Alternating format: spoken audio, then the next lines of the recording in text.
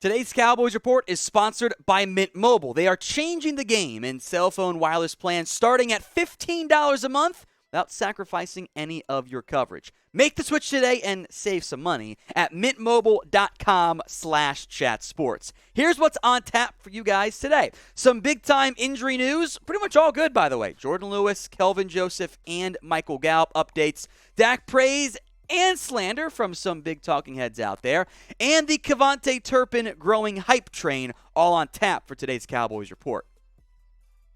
Let's break down the injury news and notes for the Cowboys. Practice ongoing as we film this, so keep that in mind. But Jourdan Lewis is back at practice on Monday. Should be good to go on Wednesday as well. He had that hamstring strain that he suffered back in joint practice against the LA Chargers, so sounds like things going well. I think he'll start for the Cowboys at nickel corner once again. Also back in practicing is Kelvin Joseph. He was in concussion protocol, I should say, in the final preseason game. Seems like he's out of that now, just in time to be good to go for Week 1 against the Bucs. That leaves 6 corners, all healthy then. On the Cowboys depth chart, Trayvon Diggs, Anthony Brown, Jourdan Lewis, Kelvin Joseph, Deshaun Wright, and Jourdan Bland, all getting the thumbs up from that perspective injury-wise. Some very good news, by the way, is on Michael Gallup. Now, he's not going to play against the Bucs. He's ruled himself out. I know Jerry Jones is saying, well, maybe. He's not going to play. It would be a shock if he did, since Gallup has already ruled himself out of that game. But for the first time since that torn ACL-MCL issue, Gallup did do drills for the first time. He was out there catching some passes, doing individual drills at wide receiver. He is trending towards getting healthy. The reason why he does the drills is why he's not on PUP right now. He can't do that if he's on PUP. Again, Week 3 against the Giants, keep an eye on that game for a potential return. All right, Cowboys-Bucs Week 1. Predict the score for me in the comments section. Who you got winning in that matchup? Let me know right now in the comments section. We'll be live for that game, by the way, so make sure you're subbed. We are less than 200 subscribers away from 133,000 daily videos, weekly live shows, and we're live for Sunday Night Football this week. Hit that big red button. Make sure you don't miss out. Let's talk Dak Prescott now. Some praise and some negativity out him. The Ringer posted their 2022 quarterback rankings. Really good piece. I put it on my Twitter. It was a lot of good information in there, whether I agree with it or not. Awesome stuff there. They had Dak 7th among NFL quarterbacks, citing his football intelligence, his pre-snap processing in particular. Again, it's awesome. Whether you want to admit it or not, it is elite. The media, the coaches, the players who actually study the game closely are very high on Dak Prescott. Here are their top 10 QBs. I don't agree with everything, obviously. Rodgers 1, Mahomes 2, Herbert 3, Brady 4, Allen 5. I think I'd flip Herbert and Allen there. Russ at 6 might be a little bit high. Dak Prescott was 7, Lamar's 8, Joe Burrow's 9, Murray's 10. A bit high on Murray. I will make note, by the way, Deshaun Watson's not a Week 1 starter. He was not on the list. Now, that led to some talking heads getting upset. And Shannon Sharpe, who he plays a character, remember that. He hated Dak's ranking and said Dak might not be the 7th best QB in the entire NFC. We're going to come back to that more in depth because it makes me wonder if Shannon knows who the NFC QBs are. But top 10, always a good benchmark there. If we're not including Deshaun Watson in this conversation, I think it's a very clear answer. For me, and I've broken it down many times before, I think it's yes.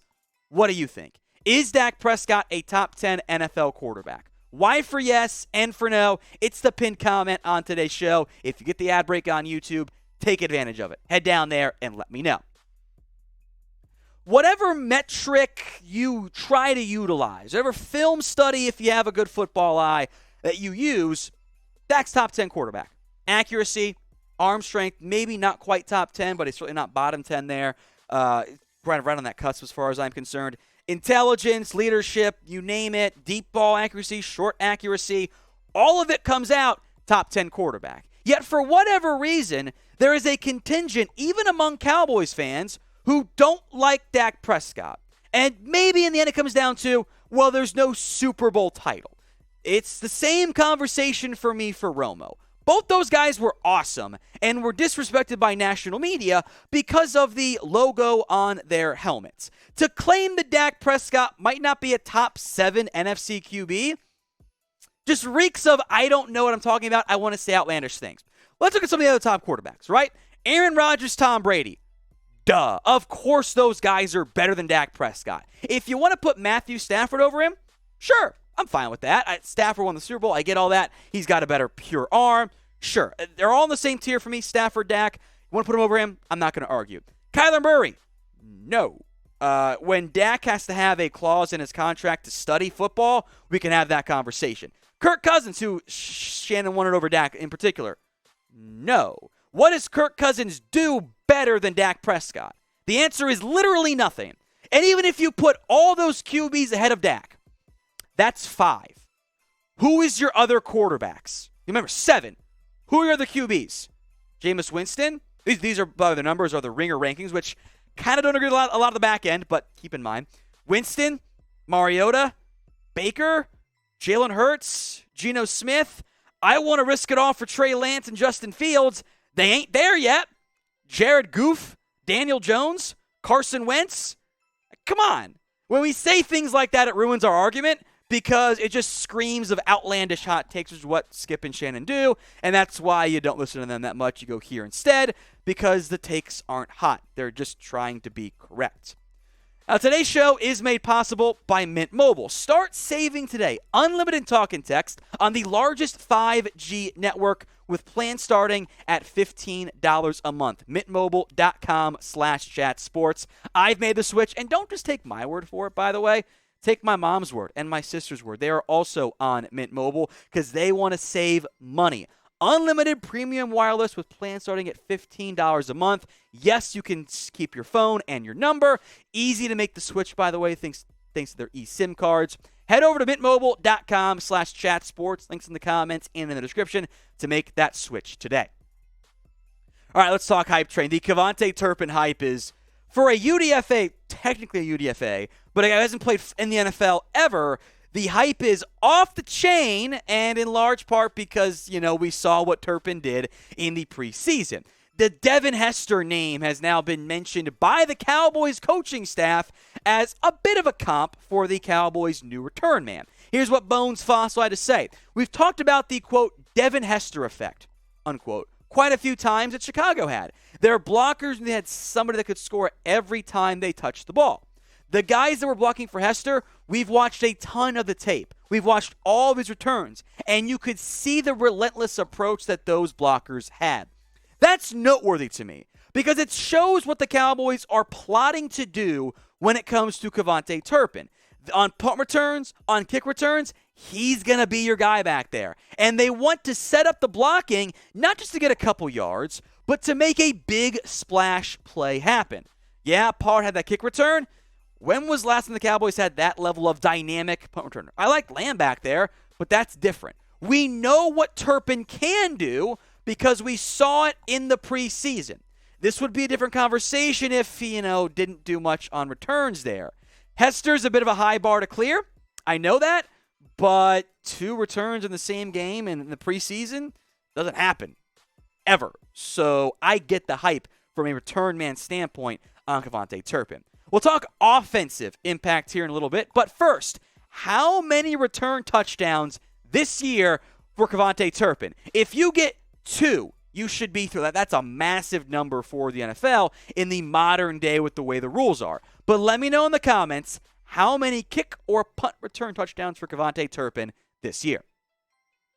I want to go down to the offense side of the football here. Kellen Moore said he thinks KaVontae Turpin can be a receiver and not just a gadget guy on offense. And we know there are some packages for Turpin on offense, but it's mostly been some jet sweep type of things. I am cautiously optimistic we'll see more Tony Pollard and Zeke Elliott on the field together this year.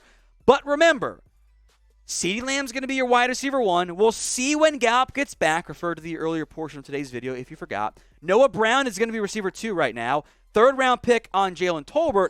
I think the usage for Turpin is going to be some gadget stuff and some slot receiver stuff. Think Tavon Austin usage for the Cowboys. I know you want to compliment to Tyreek Hill. He's not that big. Turpin is tiny, guys. That is a big deal for the NFL. He is one of the smallest players, if not the smallest guy from a height and weight perspective in the entire NFL. That said, yeah, let's find some ways to run some screens and jet motion stuff and get him involved at least a little bit on offense. That just seems like a good idea since we know he can be a playmaker. We've seen it on returns. And maybe the Hester comp works pretty well on offense since he was not a true receiver. Before we go, bully the Cowboys into fewer flags. No more 10 penalty BS per game. It's got to get changed. Spam flags for me in the comments section to make the Cowboys realize mistakes are bad and they've got to make fewer of them. Type flags for me right now in the comments section.